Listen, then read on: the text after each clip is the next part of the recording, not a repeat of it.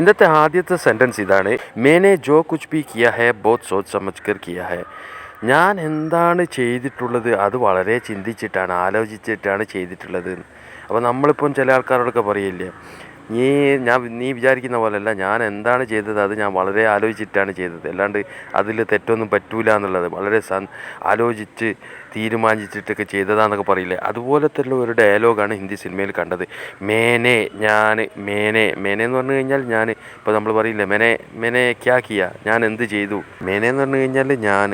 ജോ കുച്ച് ഭി Kia ഹെ, ജോ എന്ന് പറഞ്ഞു കഴിഞ്ഞാൽ അവിടെ ഒരു എന്താ പറയുക, നമ്മൾ ഇംഗ്ലീഷിലൊക്കെ വിച്ച് എന്ന് പറയുന്നില്ല, അല്ലെങ്കിൽ ഞാൻ എന്താണോ കണ്ടത്. ജോ കുച്ച് ഭി കിയ ഹെ എന്ന് പറഞ്ഞു കഴിഞ്ഞാൽ എന്നുള്ളതിൻ്റെ പാസ്റ്റ് ടെൻസാണ്. കിയ എന്ന് പറഞ്ഞു കഴിഞ്ഞാൽ ചെയ്തു എന്നുള്ളതാണ്.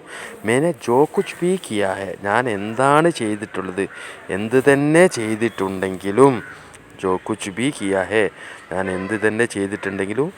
ബഹുത്ത് വളരെയധികം. സോച്ച് സമജ് കർ എന്ന് പറഞ്ഞു കഴിഞ്ഞാൽ ആലോചിച്ചിട്ട് ചിന്തിച്ചിട്ട് എന്നുള്ളതാണ്. അവിടെ നിങ്ങൾ പച്ച കളറിൽ കാണുന്നില്ലേ സംജാക്കറോ എന്ന് പറയുന്നത്, അത് അതിൻ്റെ ആ സമയത്ത് എനിക്കൊരു ഓർമ്മ വന്ന സംഭവം ഞാൻ ഉൾപ്പെടുത്തിയെന്നാണ്. അതായത് സംജാക്കറോ മനസ്സിലാക്കുക എന്ന് പറയുന്നില്ലേ, അത് മനസ്സിലാക്കടോ എന്ന് പറയുന്നതിന് നമ്മൾ സംജാക്കറോ എന്ന് പറയും. സംജാക്കറോ മനസ്സിലാക്കും. ഇവിടെ സോച്ച് സമജ്കർ എന്ന് പറയുന്നത് അത് മൊത്തത്തിലാണ്. സോച്ച് എന്ന് പറഞ്ഞു കഴിഞ്ഞാൽ ആലോചിക്കുക, ചിന്തിക്കുക എന്നുള്ളതും കൂടി ഉൾപ്പെടുത്തുന്നത് കൊണ്ടാണ് സോച്ച് സമജ്കർ. വളരെ ആലോചിച്ചിട്ട് ചിന്തിച്ചിട്ടിട്ട് എന്നതാണ് പറഞ്ഞത്. സോച്ച് സമജ്കർ കിയാ ഹെ, അങ്ങനെയാണ് ഞാൻ ചെയ്തത്. അതാണ് ആദ്യത്തെ സെൻറ്റൻസ് വരുന്നത്. പിന്നെ രണ്ടാമത്തെ സെൻറ്റൻസ് നോക്കാം. തൂ ഫിക്കർ മത് കർ, മേ കറൂങ്ക യേ സബ്. തൂ ഫിക്കർ മത്, നീ അധികം വേവലാതിപ്പെടേണ്ട, നീ ചിന്തിക്കേണ്ട, നീ വിഷമിക്കേണ്ട, ഞാനിതെല്ലാം ചെയ്യാം എന്നാണ് പറഞ്ഞിരിക്കുന്നത്. തൂ ഫിക്കർ മത്, ഫിക്കർ എന്ന് പറഞ്ഞു കഴിഞ്ഞാൽ ചിന്തിക്കുക എന്നുള്ളത് തന്നെയാണ് വരുന്നത്.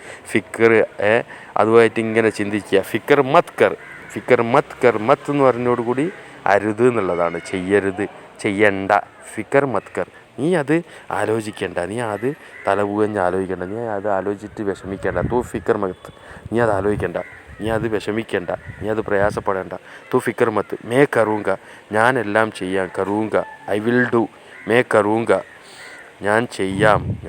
ഐ വിൽ ഡു എന്നുള്ളത് ഇംഗ്ലീഷിൽ പറയുന്നതാണ്. മേ കറൂങ്ക ഞാൻ ചെയ്യാം. യേ സബ് എന്ന് പറഞ്ഞു കഴിഞ്ഞാൽ ഇതെല്ലാം. സബ് എന്ന് പറഞ്ഞു കഴിഞ്ഞാൽ എല്ലാം എന്നുള്ളതാണ്. എന്ന് പറഞ്ഞു കഴിഞ്ഞാൽ ഇത്. സബ്, ഇതെല്ലാം ഞാൻ ചെയ്യാമെന്നാണ് പറഞ്ഞിരിക്കുന്നത്. ഇപ്പോൾ ഉദാഹരണത്തിന് തും സബ്ജി ഖാലോ, ഞാൻ ആ പച്ചതിൻ്റെ ഉള്ളിൽ ഉൾപ്പെടുത്തി എന്താണെന്ന് വെച്ച് കഴിഞ്ഞാൽ സബ്ജി, തും സബ്ജി ഖാലോ ഇതുമായിട്ട് ബന്ധപ്പെട്ടിട്ട് സബ് എന്ന് പറഞ്ഞത് കൊണ്ടാണ് ഞാനത് എന്താക്കിയത്, പെട്ടെന്ന് എനിക്ക് ഓർമ്മ വന്നത്. സബ്ജി എന്ന് പറഞ്ഞു കഴിഞ്ഞാൽ പച്ചക്കറികൾക്കാണ് സബ്ജി എന്ന് പറയുന്നത്. സബ്ജി ഖാലോ, സബ്ജിയാണ് മെയിൻ. നോർത്ത് ഇന്ത്യൻസൊക്കെ സബ്ജി കഴിക്കുന്ന കാണാം. വെജിറ്റബിൾ കറി. അതുപോലെ തന്നെ സബ്ജി എന്ന് പറഞ്ഞു കഴിഞ്ഞാൽ വെജിറ്റബിൾ എന്നാണ്. തും സബ്ജി ഖാലോ, നീ വെജിറ്റബിൾ കഴിക്കി കേട്ടോ, മീറ്റ് കഴിക്കല്ല. ഓക്കെ, അതാണ് വെറുതെ പറഞ്ഞാണ്. ഓരോരോ വാക്കുകൾ, ഓരോരോ സെൻറ്റൻസുകളൊക്കെ നമ്മളിങ്ങനെ ഉൾപ്പെടുത്തുന്നതെന്നുള്ളത് പ്രിയപ്പെട്ട സുഹൃത്തുക്കളെ. ഇനി അടുത്ത ഒരു ഹിന്ദി സിനിമയിൽ കണ്ട പല പല ഡയലോഗുകളാണ്. അടുത്ത എന്താണ്, അച്ചാ ഹുവ ആപ് ആഗയ.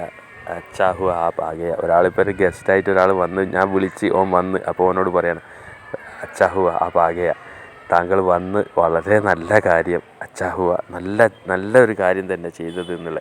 അച്ചാ ഹുവ നല്ലൊരു കാര്യമായി പോയി. അച്ചാ ഹുവ ആപ് ആഗയ, താങ്കൾ വന്നല്ലോ, താങ്കൾ വന്നത്. അപ്പോൾ ആപ് ആഗയ അച്ചാ ഹുവ എന്ന് പറഞ്ഞു കഴിഞ്ഞാൽ ഹുവാക്യ നമ്മൾ പറയുന്നില്ലേ, അതെ, ഹുവാക്യ എന്താ സംഭവിച്ചത്, സംഭവിക്കുക എന്നുള്ളതായിട്ടാണ് ബന്ധപ്പെട്ടിട്ടാണ്. ഹുവാക്യ എന്താ സംഭവിച്ചതെന്നുള്ളതാണ്. ഹുവാക്യ സംഭവിച്ചത് എന്ത്, അച്ചാ ഹുവ നല്ലതായിട്ട് സംഭവിച്ചു, നന്നായി മോനെ, നല്ലത് ചെയ്തു. അച്ചാ ഹുവ നന്നായി കാര്യങ്ങളൊക്കെ. ആപ് ആഗയെ താങ്കൾ വന്നു. ആപ് ആഗയെ താങ്കൾ വന്നത്. അച്ചാ ഹുവ. അപ്പോൾ ഹുവ എന്ന് വെച്ച് കഴിഞ്ഞാൽ ചില സന്ദർഭങ്ങളിൽ ഈ സംഭവിച്ചത് ഫ്യൂച്ചറുമായിട്ട് ബന്ധപ്പെടുത്തിയിട്ടുള്ളതൊക്കെ സംഭവങ്ങളിലാണ് ഹുവ എന്ന് വരുന്നത്. ഹുവാക്യ എന്താ സംഭവിച്ചത്, ഹുവാക്യ എന്താ സംഭവിച്ചത്. ഓക്കെ, ഇനി അടുത്ത സെൻറ്റൻസിലേക്ക് പോട്ടെ. അടുത്ത സെൻറ്റൻസിൽ ഇതാണ്, മേ വിശ്വാസ് നഹി കറൂങ്ക ഏസാ കബി നഹി ഹോഗ. അത് അടുത്തൊരു ഡയലോഗാണ് ഇവിടെ എഴുതിയിരിക്കുന്നത്. മേ വിശ്വാസ് നഹി കറൂങ്ക, ഞാൻ വിശ്വസിക്കുകയില്ല. നഹി കറൂങ്ക നെഹി കറൂങ്ക എന്ന് പറഞ്ഞു കഴിഞ്ഞാൽ ചെയ്യുകയില്ല എന്നുള്ളതാണ്.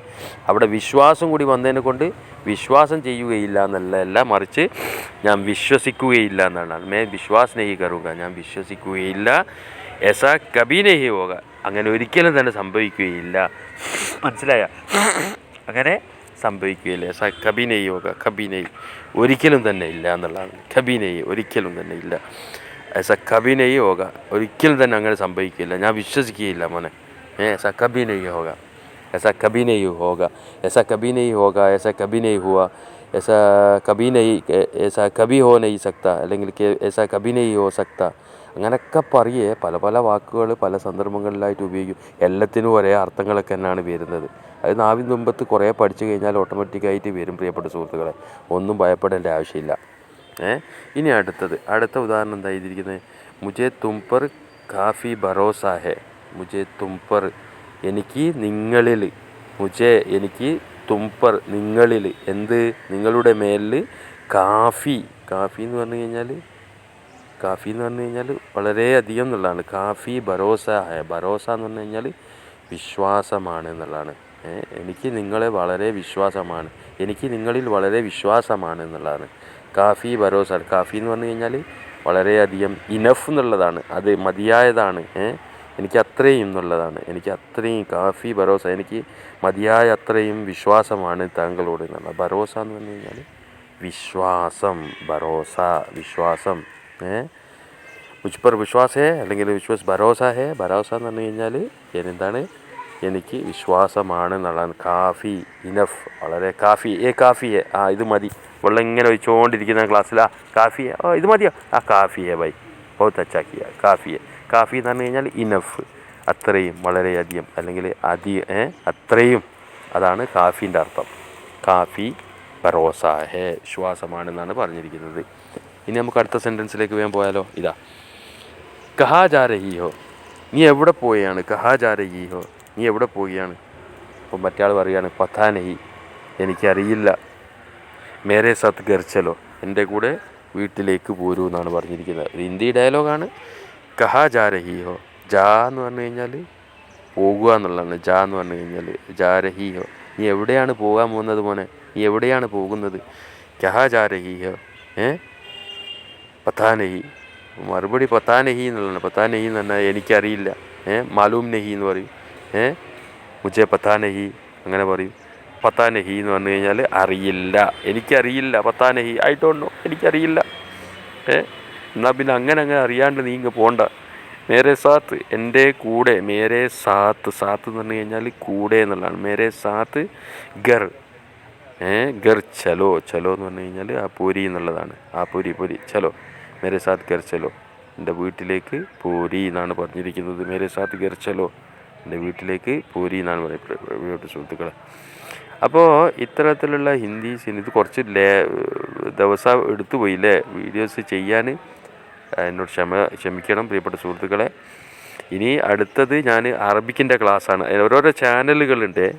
ആ അറബിക്കിൻ്റെ ചാനലിൽ ഇനി അടുത്തിടും. അത് കഴിഞ്ഞിട്ട് ഇംഗ്ലീഷ് വരും, പിന്നെ ഇതിടും. അങ്ങനെ റൗണ്ടായിട്ടാണ് വരിക. ചിലപ്പോൾ ഒരു ദിവസം 2 ദിവസം അങ്ങനെ വരുന്നതായിരിക്കും പ്രിയപ്പെട്ട സുഹൃത്തുക്കളെ. നിങ്ങളെ പൂർണ്ണ സപ്പോർട്ട് വേണം. ഒരു ലൈക്ക് അടിക്കണം. തീർച്ചയായും ലൈക്ക് അടിക്കുക. ഓക്കെ, എന്നാൽ പിന്നെ പുതിയ വീഡിയോയിൽ കാണാം ഇൻഷാ അല്ലാഹ്. നന്ദി.